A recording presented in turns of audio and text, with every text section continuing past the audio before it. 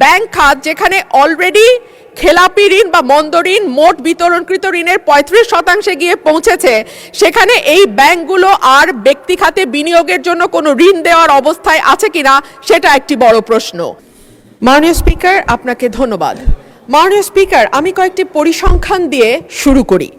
বাংলাদেশের জিডিপির আকার 68 লক্ষ কোটি টাকা, জিডিপির প্রবৃদ্ধি মাত্র 3.49%, মূল্যস্ফীতি 9.5%, খেলাপি ঋণ মোট বিতরণকৃত ঋণের 35.73%, যেটা টাকার পরিমাণে এসে দাঁড়ায় 6,44,000 কোটি টাকা।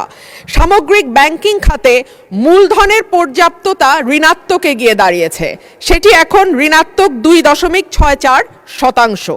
বেসরকারি খাতে ঋণের প্রবৃদ্ধি কমতে কমতে 22% থেকে নেমে দাঁড়িয়েছে 5%।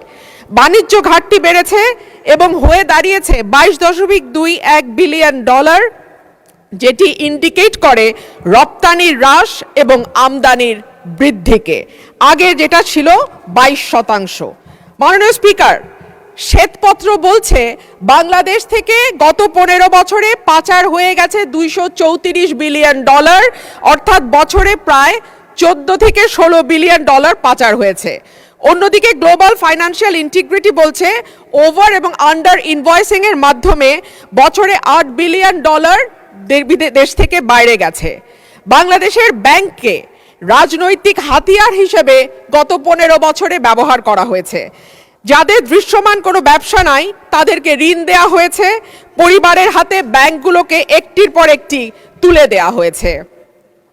রাজনৈতিক সিদ্ধান্তে সুদ হার ও ডলারের দাম ঠিক করা হয়েছে, ডলারের উপর চাপ কমাতে দাম ধরে রাখা হয়েছে। অন্যদিকে 18 থেকে 20 বিলিয়ন ডলার এই খাত থেকে বিদেশে চলে গেছে। শেয়ার বাজার এবং কর ব্যবস্থাপনা উন্নত না হলে পুরো চাপ গিয়ে পড়বে ব্যাংক খাতের উপরে।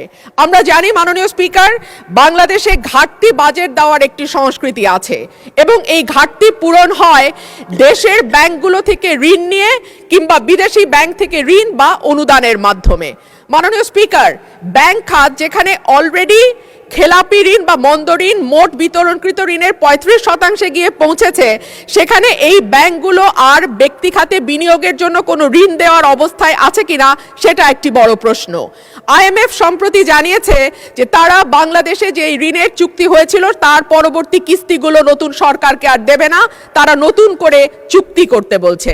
সুতরাং এখন ঋণের দিকে আমাদের তাকাতে হবে চীন বা এরকম কোনো দেশের দিকে। আমরা যখন কোনো ভিন্ন দেশ থেকে ঋণ নেই এডিবি, ওয়ার্ল্ড ব্যাংক বা IMF এর বাইরে গিয়ে, তখন দেখা যায় সেখানে সুদের হার অনেক বেশি থাকে এবং দ্রুত সময়ের মধ্যে সেটি পরিশোধেরও একটা চাপ থাকে।